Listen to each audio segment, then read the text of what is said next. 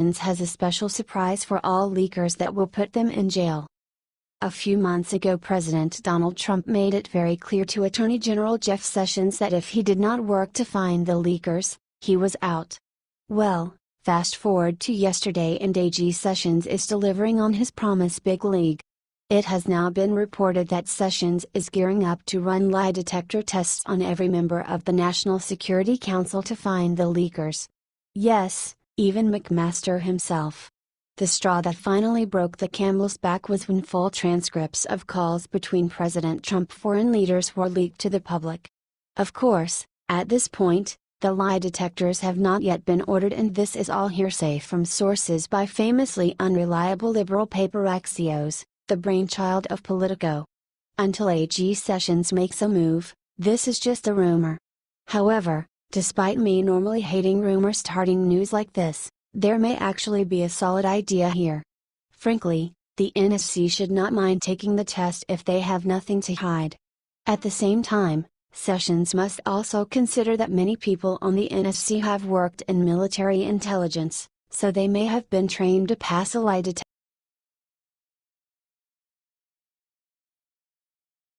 War-ready Steve Bannon just said 5 shocking words that'll has Congress freaking out. When Steve Bannon left the White House, he claimed he was going to war for Trump against his opponents. Now we know exactly who he was talking about. During an interview with CBS 60 Minutes, Bannon claimed that establishment Republicans are not gonna help you unless they're put on notice. What Bannon said next should give them all cause for concern. They're gonna be held accountable, he stated, if they do not support the President of the United States. Charlie Rose then asked for clarification. You're going to war with them? Absolutely, Bannon answered. Considering Bannon was the architect of the campaign that sent the ultimate outsider to the Oval Office, Congress shouldn't take this threat lightly. Bannon has already proven himself immensely capable when it comes to taking down the establishment. If they cross the president and his agenda, he might have to do it again. Watch Bannon accuse the establishment of trying to nullify the 2016 election in the video below. Share if you support Bannon's decision to put Congress on notice. We need to drain the swamp and get these fake rhinos out.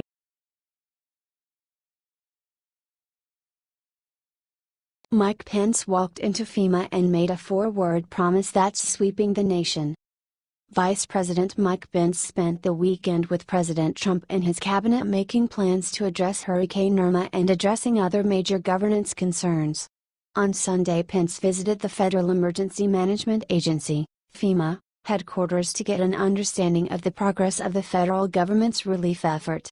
Pence was caught by reporters at FEMA and said something that should give everyone faith in the Trump administration: wherever Hurricane Irma goes, we'll be there first. All with the resources and support to save lives and to help and recover.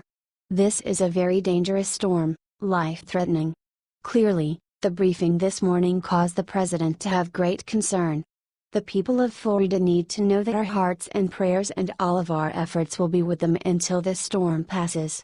Check out the whole video here. Do we have some great people in the White House or what? This is an administration that is doing its utmost to protect American lives and mitigate all possible damage. For his part, President Trump has been monitoring the storm closely from Fort David and tweeting out words of support and evacuation advice to those in Irma's path. One tweet Saturday evening was particularly reassuring: Irma has made landfall and is making its way up the west coast of Florida, and our president and his team has our back. Share it out so everyone can see. H/T Fox News.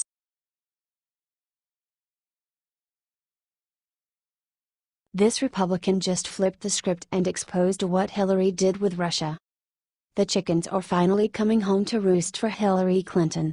Representative Dana Rohrabacher, R. California, has called on the House Foreign Affairs Committee Chairman Ed Royce to approve hearings on alleged corruption involving the Russia and the Clinton Foundation, according to a press release on the congressman's website.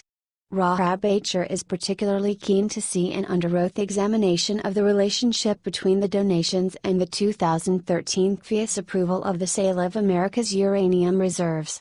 Rohrabacher currently chairs the House Foreign Affairs Subcommittee on Europe, Eurasia, and emerging threats, and has brought forward concerns about Russian financiers contributing significant donations to the Clinton Foundation. Rahab Achor's suggestion to Royce cited new evidence that the Obama administration had prior knowledge of possible bribery and violations of the Foreign Corrupt Practices Act involving state-owned Russian nuclear industry figures, the Clinton Foundation, and other Americans prior to the FIA's approval of the uranium transaction. Conservatives have often thrown suspicions against the uranium transaction with Russia, which, according to Rahab Achor, transferred as much as 20% of the U.S. uranium reserves to Russia. Now it looks like we might finally get some answers. It would truly be the height of irony if the Obama administration was the one with links of corruption and collusion with Russia after everything that had been said, and never proved, about President Trump this year. The media definitely isn't going to be advertising this awesome new development. That's why we need to get the word out ourselves by sharing 30,000 times. h/t-rahabachor.house.gov.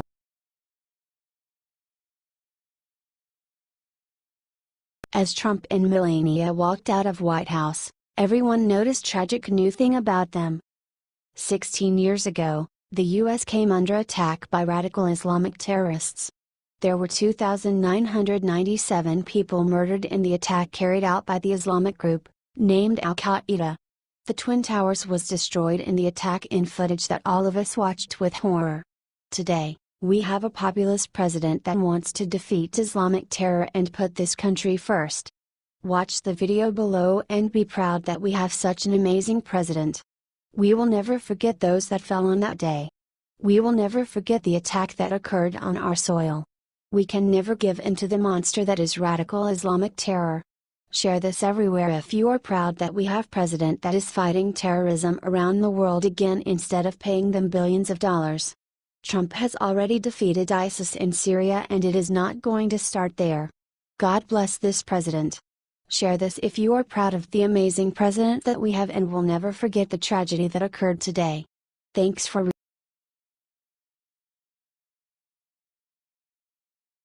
Charlie Rose asked Bannon if he's racist. Watch Steve Bannon suddenly go insane on him. If you didn't see the Charlie Rose, Steve Bannon interview, then you need to watch it. Steve Bannon didn't take any crap and shed a lot of light on what has been happening in the White House. One of the greatest moments was one of the ones you are about to watch. Bannon began by telling Charlie Rose that he was raised in a desegregated neighborhood on the north side of Richmond, Virginia that was predominantly black. Watch what he said below. I went to an integrated school, a Catholic school. I served in the military, Bannon continued. I don't need to be lectured by a bunch of limousine liberals, okay, from the Upper East Side of New York and from the Hamptons. About any of this. My lived experience is that I don't need the affirmation of the mainstream media, Bannon said. I don't care what they say. They can call me an anti-Semite. They can call me racist. They call me nativist. You can call me anything you want. Okay? As long as we're driving this agenda for the working men and women of this country, I'm happy. Bannon then mentioned that the media is continuing to play the race card to try and make Trump seem like a racist. He even mentioned that the media has been the ones to give white supremacists a platform. Bannon has denounced ethno-nationalists and white supremacists multiple times and he did so again in the interview. It is very sad that the mainstream media has given white supremacists such a huge platform in order to try and take down the president. They are disgusting, spineless and fake journalists. Share this if you don't think Trump is a racist and think it is absolutely disgusting what has happened to journalism. Thanks for reading. Let's keep on fighting, patriots. We cannot let up.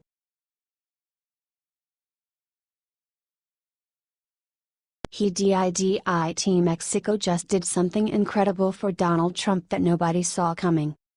While the media was busy panicking over the weekend about a mixture of the awful hurricane in Florida and Trump's big negotiation with the Democrats, everyone missed the amazing thing he did with Mexico.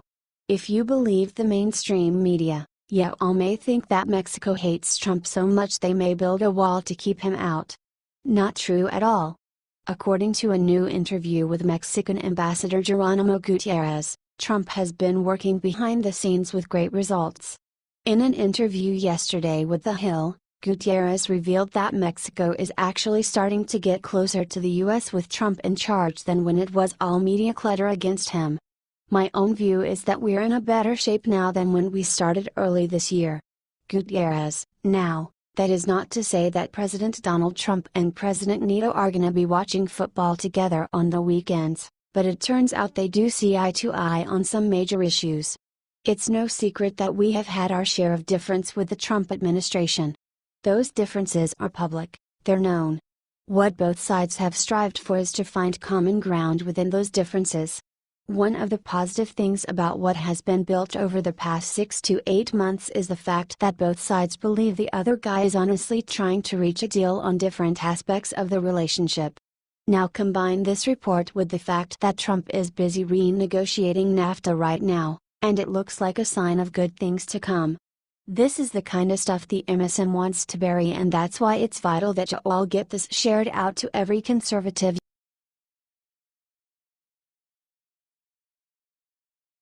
Horror show last night. Miss America did something unforgivable to President Trump. Last night the liberal elites managed to destroy another great American institution in their ridiculous fight against President Donald Trump. Apparently the Avengers, Star Trek, and half of the TV shows were not enough. Now they came for Miss America. The setup was a classic one. You had the swimsuit competition, the talent competition, and the question and answer part. That's where it got tricky. Instead of asking questions about the girls, it seemed like every question was all about Trump. I mean, come on ya all. The winner of the show was the girl who was asked if Trump should have left the Paris Climate Accords, which she said no, and another girl was asked if Confederate statues should be torn down. Not only that, but one of the other girls was straight up asked if Trump colluded with Russia. I'm sorry, ya all, but that's just ridiculous. Unless the girl they asked that to was a US or Russian intelligence agent, she has no possible insight to offer into a collusion scandal. So this is what it has come to. Fine, if they will not treat us on the right like people, we do not need them. We can make our own pageants, movies, and TV shows. Isn't it high time we take these elitists down the American, capitalist way?